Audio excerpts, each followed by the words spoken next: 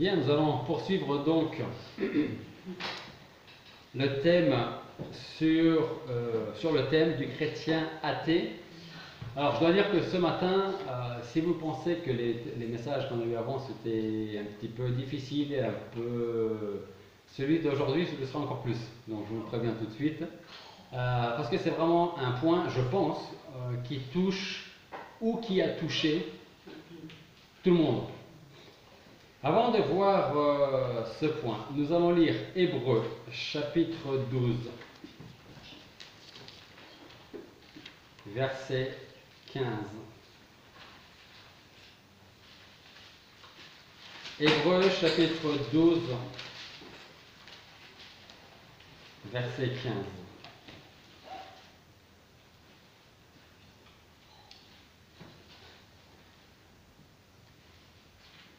Veillant à ce que personne ne se prive de la grâce de Dieu, à ce qu'aucune racine d'amertume poussant dehors ne vous trouble et que plusieurs n'en soient infectés. Alors ce matin, je voudrais vous parler d'un domaine, d'un point qui caractérise tout particulièrement le chrétien athée. Chrétien que de nom. Quand on parle de chrétien athée, on se doute bien que c'est chrétien que de nom. Et en même temps, je dirais que nous sommes très probablement déjà passés par ce point bien particulier. Si ce n'est pas fait, tant mieux, et j'espère que ça n'arrivera jamais. Si je vous dis le pardon, vous me dites quoi? Je vais allumer la lumière autant que vous réfléchissiez. Je vous montre dans la pénombre.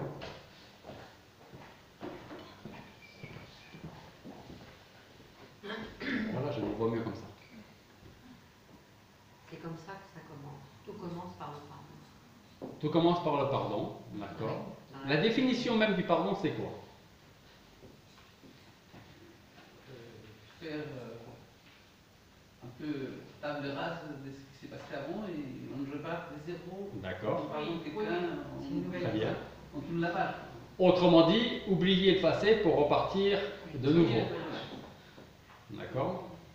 Montrer les miséricordes à quelqu'un. Oui, montrer de la miséricorde, avoir de la miséricorde envers quelqu'un. D'accord. Et maintenant, donc vous avez bien notion, je n'en doutais pas, vous avez bien notion de ce qu'est le pardon. Maintenant, si je vous parle de ne pas vouloir ou ne pas pouvoir pardonner. Voilà. Donc ça va être le point de ce message, le thème, le chrétien athée et le pardon, ou peut-être que je devrais dire le chrétien qui refuse de pardonner. Donc en hébreu, nous avons lu donc que nous devons veiller pour que nul ne se prive de la grâce de Dieu, qu'aucune racine d'amertume poussant des rejetons ne produise du trouble et que plusieurs n'en soient infectés. Donc, il y a quelques mots que j'ai voulu prendre de ce verset en hébreu, c'est les 1, 2, 3, 4 mots sont qu'aucune racine d'amertume. Aucune racine d'amertume poussant ne produise du trouble. Alors je ne sais pas s'il y a beaucoup de jardiniers, jardinières ici parmi nous. Je sais qu'on a quelques-unes, mais il y a au moins ma femme. Il y en a d'autres qui font un grand nom de la tête, ça veut dire peut-être que ou ils n'ont pas de jardin, ou ils auraient préféré ne peut-être pas en avoir, je ne sais pas. Mais si vous faites un peu de jardinage, ou si vous connaissez un petit peu le principe du jardinage, vous devez savoir qu'il ne faut pas grand-chose pour que la mauvaise herbe pousse. Et il va vous falloir beaucoup plus de temps, de combativité, de patience pour ce que vous voulez qui pousse. De belles fleurs, vos arbres fruitiers, tout ce qu'on a envie de voir pousser, on a l'impression que ça prend du temps. Et tout ce que nous ne voulons pas voir pousser, les mauvaises herbes, vous avez l'impression qu'ils attendent que vous soyez couché, que vous ayez le dos tourné pour commencer à pousser, n'est-ce pas? Et dès que vous retournez, mais je pensais l'avoir arraché. Et oui, mais on a peut-être arraché que la surface, on n'a pas arraché la racine. Et l'auteur d'Hébreux nous dit, veillez à ce qu'aucune racine d'amertume ne reste en vous. L'amertume dans le cœur, il n'en faut pas beaucoup. Comme un peu la mauvaise herbe. La mauvaise herbe, il faut un peu de pluie, un peu de chaleur, et ça suffit. Parfois, pour certaines plantes, certains arbustes, peut-être il va falloir rajouter un petit peu d'engrais, un petit peu de fumier, un petit peu de quelque chose qui va l'aider à pousser. Pour la mauvaise herbe, juste un peu de soleil, un peu de pluie, et ça pousse très bien. Il ne faut pas grand-chose. Et bien pour l'amertume dans le cœur, c'est un peu la même chose. Juste un peu de douleur, un peu de colère, une ou deux petites pensées de vengeance, et ça pousse.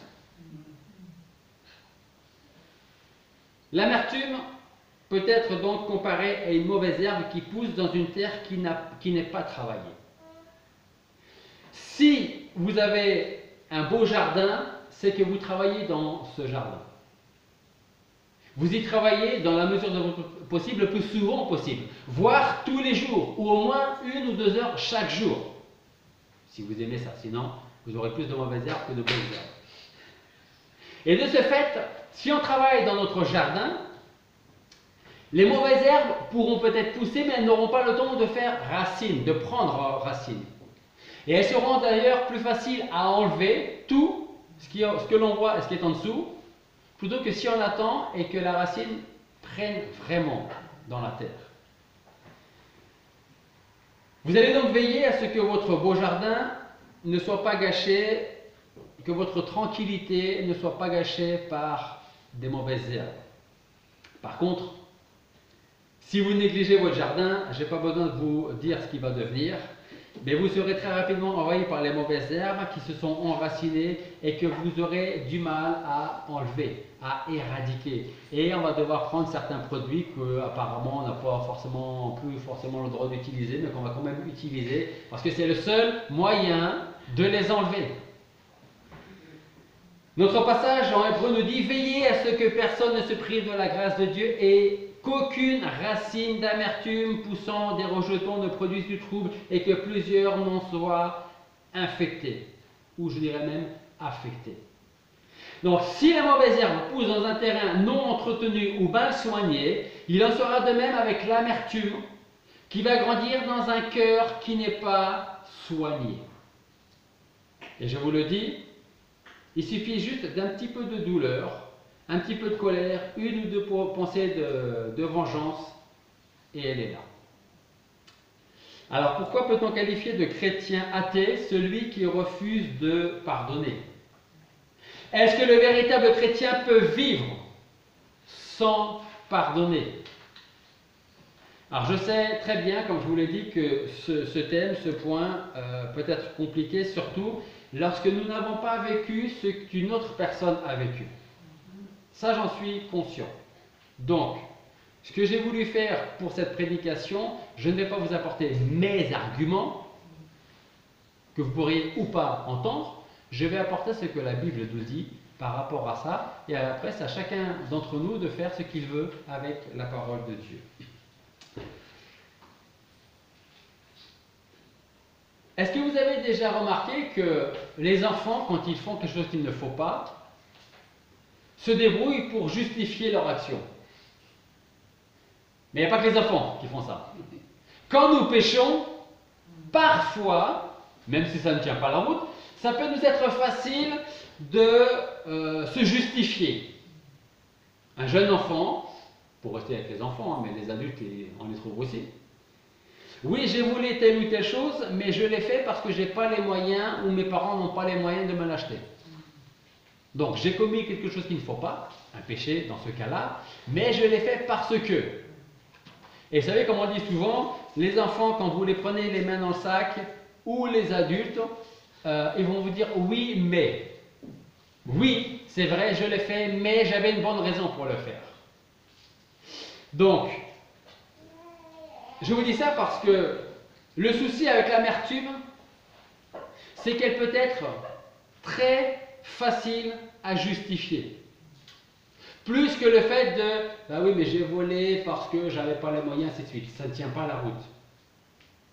Par contre, l'amertume, la vengeance, la colère, le non-pardon, appelez ça comme vous voulez, parfois c'est beaucoup plus facile à justifier. Pourquoi? Parce qu'on m'a fait du tort, donc j'ai le droit de me comporter comme je le fais. J'ai le droit de ne pas pardonner le terrible mal qu'il ou qu'elle m'a fait. Mais cela peut aller encore plus loin. Si nous apprenons que la personne qui nous a fait du mal, à son tour, souffre pour une raison ou pour une autre, nous allons, d'une manière ou d'une autre, nous réjouir.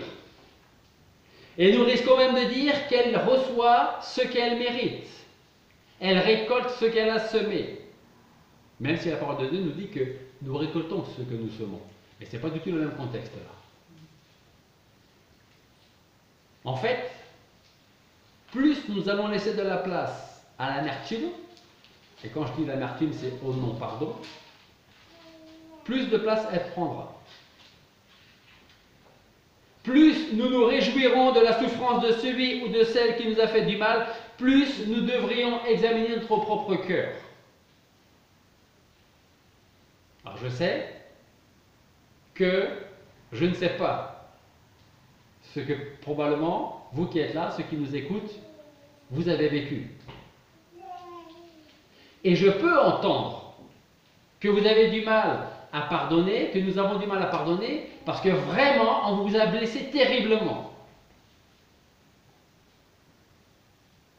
Nous pouvons, ou pas, vivre avec le Seigneur, mais difficilement sans pardonner quelqu'un.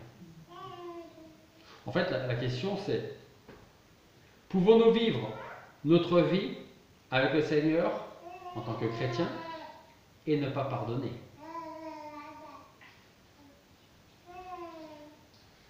Spécialement quand nous avons été victimes d'un traumatisme. Et j'ai bien conscience que bien souvent, pardonner est plus facile à dire qu'à faire.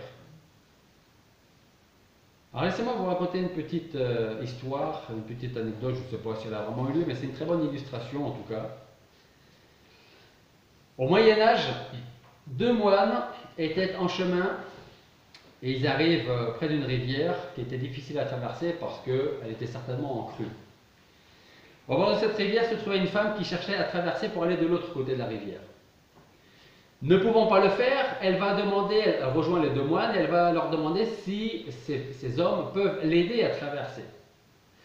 Et sachant qu'il leur était interdit de toucher une femme, l'un des deux moines a rapidement tourné le regard et a négligé cette personne, cette femme. L'autre moine, en ayant un peu plus de compassion pour cette femme, qui tentait de traverser certainement pour rentrer chez elle, décida de passer au-delà de l'interdiction. Bon, qu'est-ce qu'il a fait? Il a pris cette femme dans les bras et il a traversé comme il pouvait la rivière pour aller de l'autre côté. Et tous les trois sont passés de l'autre côté. La femme a remercié celui qui l'avait aidé à traverser la rivière. Et puis les deux moines reprennent leur route. Et après quelques kilomètres de marche, le premier moine regarda le second en lui disant un peu, d'une certaine manière, avec un peu d'écœurement, en étant dégoûté, « Je n'arrive pas à comprendre que tu aies porté cette femme. Tu sais très bien que nous n'avons pas le droit de toucher une personne du sexe opposé. » Et le second moine lui répond, « Ça fait des kilomètres que j'ai déposé cette femme de l'autre côté de la rivière, mais toi, tu continues à la porter dans ton cœur. » Ne pas pardonner va faire en sorte que nous allons continuer à vivre dans le passé. Forcément. Parce que si on ne pardonne pas, ça revient. Je ne suis pas en train de vous dire qu'il faut oublier. Parce que oublier un traumatisme, on ne peut pas l'oublier. Mais, on va le voir, ce n'est pas d'après ce que je crois, c'est d'après ce que la Bible nous dit, on va le voir, il est possible de pardonner ce traumatisme. Pas, la Bible ne nous dit pas vous allez pardonner et de ce fait vous allez totalement oublier. Ce serait bien, hein, mais ce n'est pas le cas. Alors je repose ma question. Pouvons-nous vivre notre vie avec le Seigneur et ne pas pardonner? Pouvons-nous vraiment tout pardonner? La réponse à ces questions sont non et oui.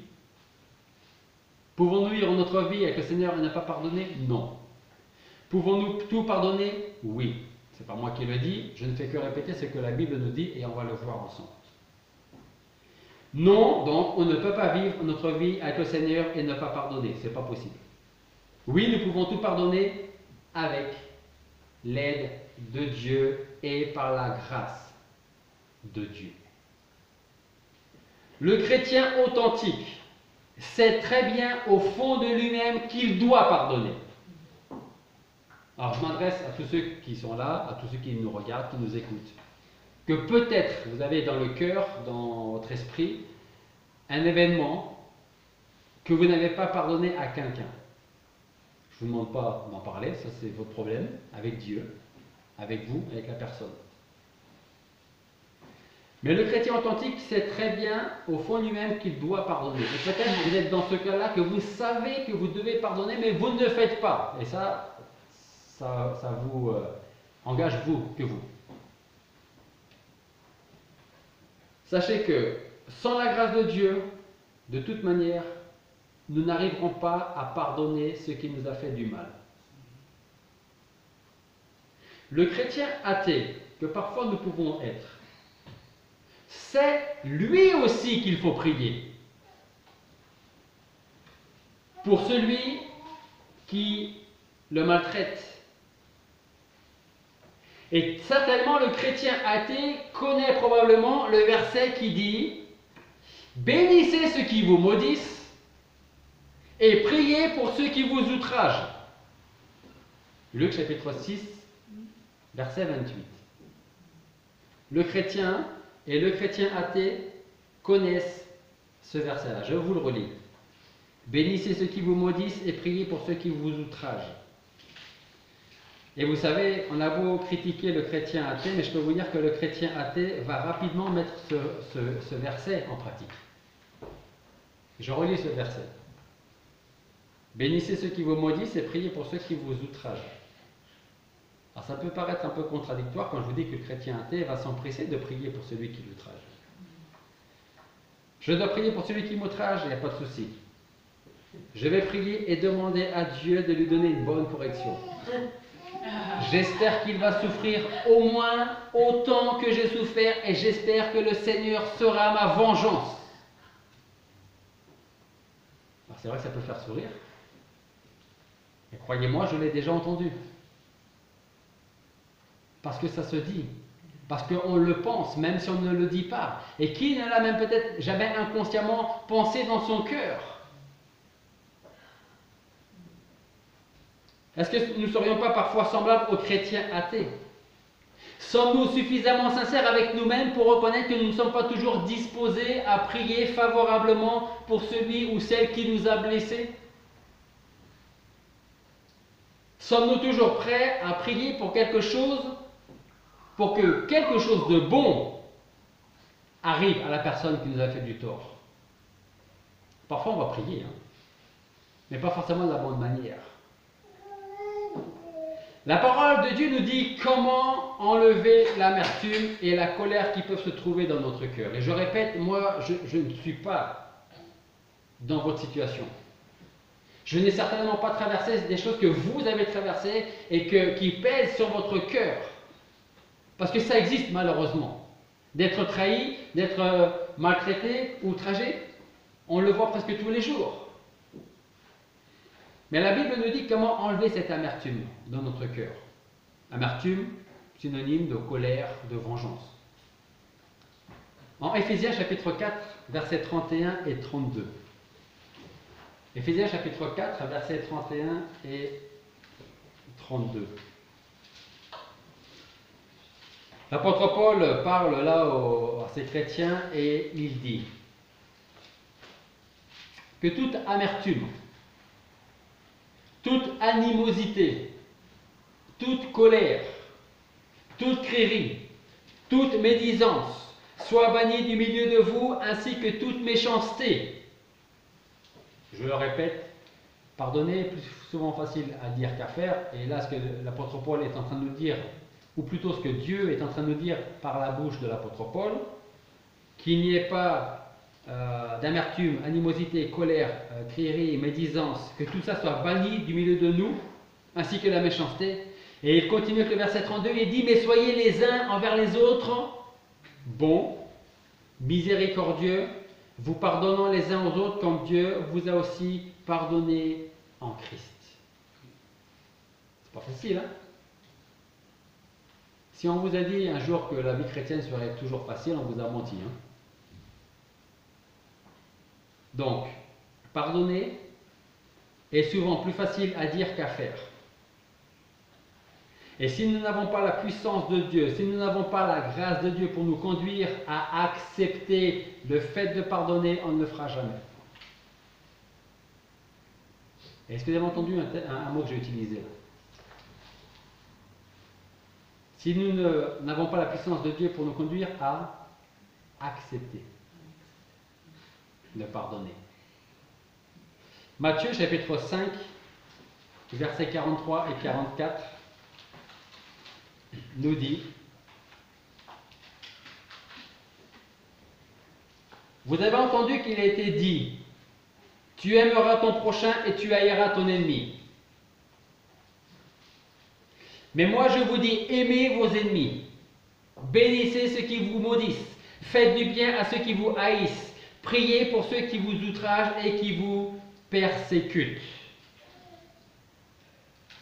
Je l'ai déjà dit plusieurs fois, mais je le répète, un ennemi prendra plus de place dans votre tête qu'un ami dans votre cœur. Ça, vous pouvez en être certain.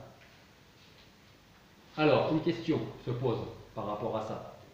Pourquoi et comment prier pour ceux qui nous outragent et qui nous persécutent? Pourquoi prier pour ceux qui nous font du mal?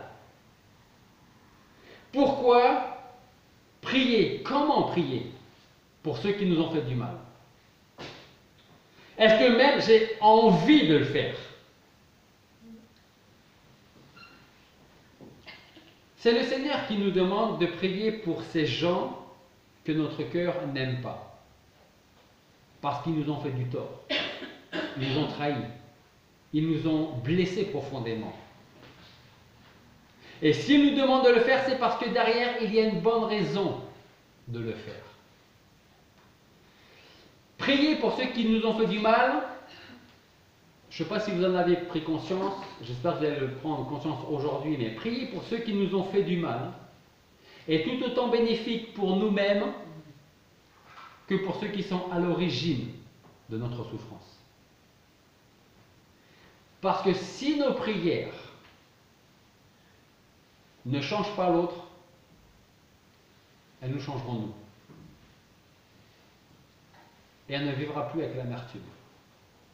On n'oubliera pas forcément, mais on ne reviendra pas dessus. Explicitement, volontairement. On risque de revenir dessus parce qu'on va vivre, on va revenir sur une date et on va penser qu'à cette date-là, il y a 1 an, 2 ans, 3 ans, j'ai eu ce problème-là. On va entendre, je ne sais pas, une musique, on va entendre le prénom d'une personne, de cette personne justement qu'on n'aime pas, parce qu'elle nous a fait du mal. Donc on va y repenser. Mais on va juste y repenser. Donc, si nos prières ne changent pas l'autre, elles vont nous changer nous. Et vous verrez que petit à petit, nos prières finiront par nous transformer et faire de nous des chrétiens différents. Je sais, je répète, ce n'est pas facile à faire. C'est plus facile à dire qu'à faire. Mais nous ne pouvons pas vivre continuellement dans le passé. On ne peut pas se torturer l'esprit et l'estomac, notre cœur, nos pensées, à cause de choses qu'on ne veut pas pardonner. Et je répète, vous allez peut-être dire, vous êtes en train de penser peut-être, oui, mais tu as beau parler, mais tu ne sais pas ce que j'ai vécu. ou tu ne sais pas ce que je vis. Et vous avez raison. Mais le Seigneur, lui, le sait. Le Seigneur le sait. Et est-ce que le Seigneur vous a pardonné vos péchés quand vous lui avez demandé pardon?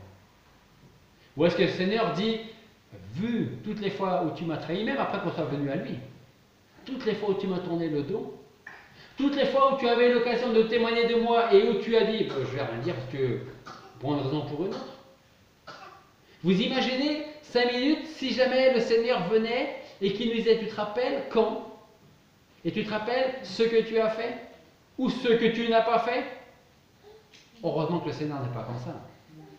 Parce que le Seigneur nous a pardonné librement et entièrement, sans poser aucune condition. Mais nous, on est plus intelligents que le Seigneur et on pardonne seulement à certaines conditions.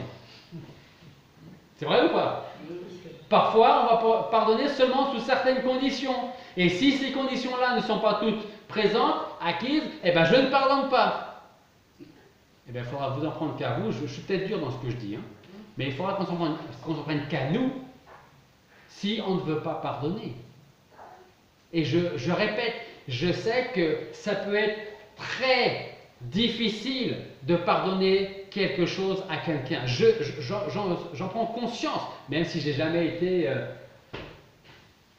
traumatisé personnellement.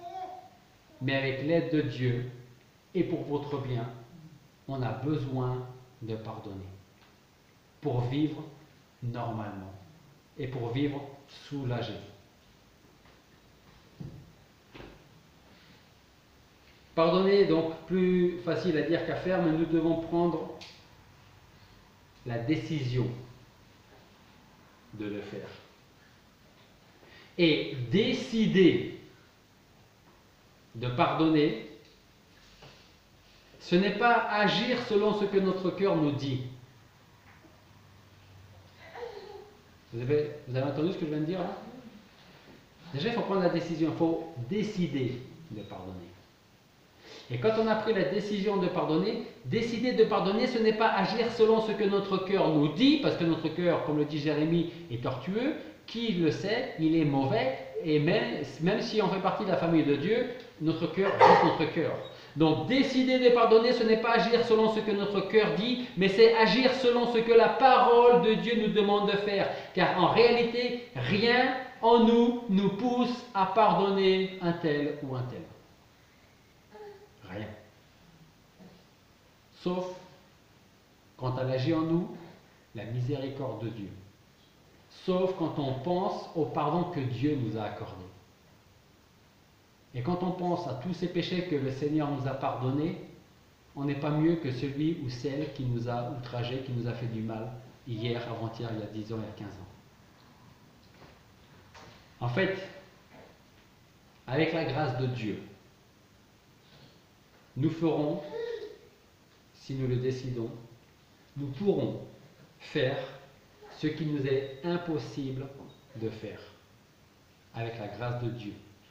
Si vous ne vous appuyez que sur vous-même, si vous ôtez la grâce de Dieu, si vous mettez de côté la puissance de Dieu pour vous aider à pardonner, vous n'allez pas pardonner. Seulement de la bouche, seulement des lèvres. Mais très vite, vous allez revenir derrière et vous allez prendre conscience que vous n'avez rien pardonné du tout.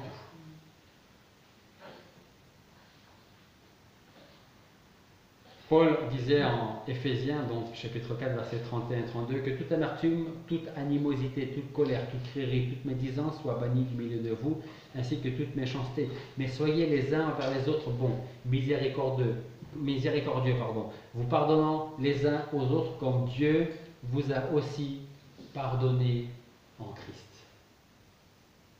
Et le Seigneur nous dit, une fois que j'ai pardonné tes péchés, je les ai pris, et qu'est-ce qu'il en a fait? Il les a jetés, loin de lui. Alors, je ne sais pas si on peut utiliser le terme d'allégorie, mais Dieu ne peut rien lancer derrière lui, ce qui sache où c'est, parce que Dieu est Dieu. Mais c'est cette image qu'il faut garder. Je prends ton péché et je ne reviens plus dessus, parce que je t'ai pardonné. Si nous ne pardonnons pas, même les choses les plus difficiles, je ne suis pas en train de vous dire ça va le faire, vous allez réussir demain. Hein. Ce n'est pas ce que je suis en train de dire. Ça peut prendre du temps. Mais il faut décider de pardonner. Parce que c'est Dieu qui nous le dit dans sa parole. Ce n'est pas parce que le pasteur l'a dit. Ce n'est pas parce que quelqu'un d'autre vous le dit. C'est parce que Dieu me dit, et étant son enfant, tu as besoin de pardonner. Et vous savez, si on prenait vraiment conscience de tout ce que le non-pardon nous fait, comment ça nous affecte, peut-être que ça nous pousserait à justement pardonner. Parce que croyez-moi, et là c'est psychologique ce que je vais vous dire, mais vrai en même temps. On dormirait mieux, on vivrait mieux, déjà on ne vivrait plus dans le passé, et on se sentirait soulagé. Même si l'autre personne ne vous demande pas pardon. Parce que la Bible, le Seigneur ne nous dit pas attends qu'il te demande pardon pour pardonner. Parce qu'il y a des gens qui ne vous demanderont jamais pardon. Même des gens qui savent très bien qu'ils vous ont blessé. Ils ne vous demanderont jamais pardon. Donc on a besoin de pardonner. Et nos prières peuvent changer notre idée que nous avons sur celui ou celle qui nous a fait du mal. Tant qu'on ne pardonne pas, pour nous cette personne est la pire. Mais quand on prend le temps de prier, petit à petit, on verra la personne d'une autre manière. On a besoin de pardonner. Prions. Père Céleste, nous savons combien le pardon peut être parfois quelque chose de difficile à mettre en pratique.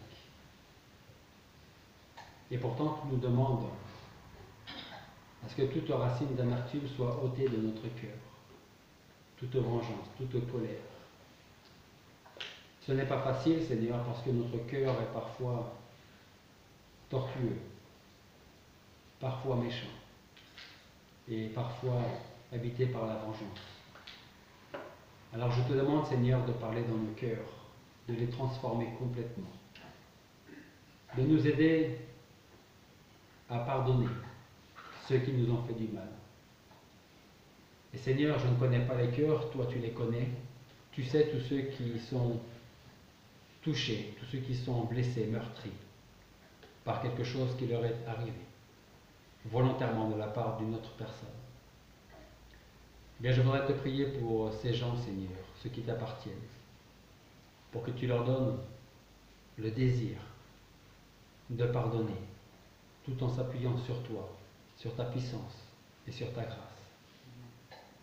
Et que nous puissions nous souvenir que toi-même, tu nous as pardonné tous ces péchés qui t'ont cloué sur la croix et pour lesquels tu as donné ta vie pour nous, pour que nous soyons pardonnés et que nous puissions vivre en pleine harmonie avec toi jusqu'au jour où tu viendras nous chercher. Alors je te demande, Seigneur, de soigner les cœurs qui ont besoin de l'être et que tu nous permettes, que tu nous aides, que même ce soit toi qui le fasses, d'enlever cette colère, cette amertume, ce désir de vengeance, et que nous puissions prier pour cette personne et en même temps prier pour nous, pour que nous puissions vivre notre vie avec toi, avec un cœur libéré, pardonné et sincère. Et c'est en ton nom que nous te prions. Amen.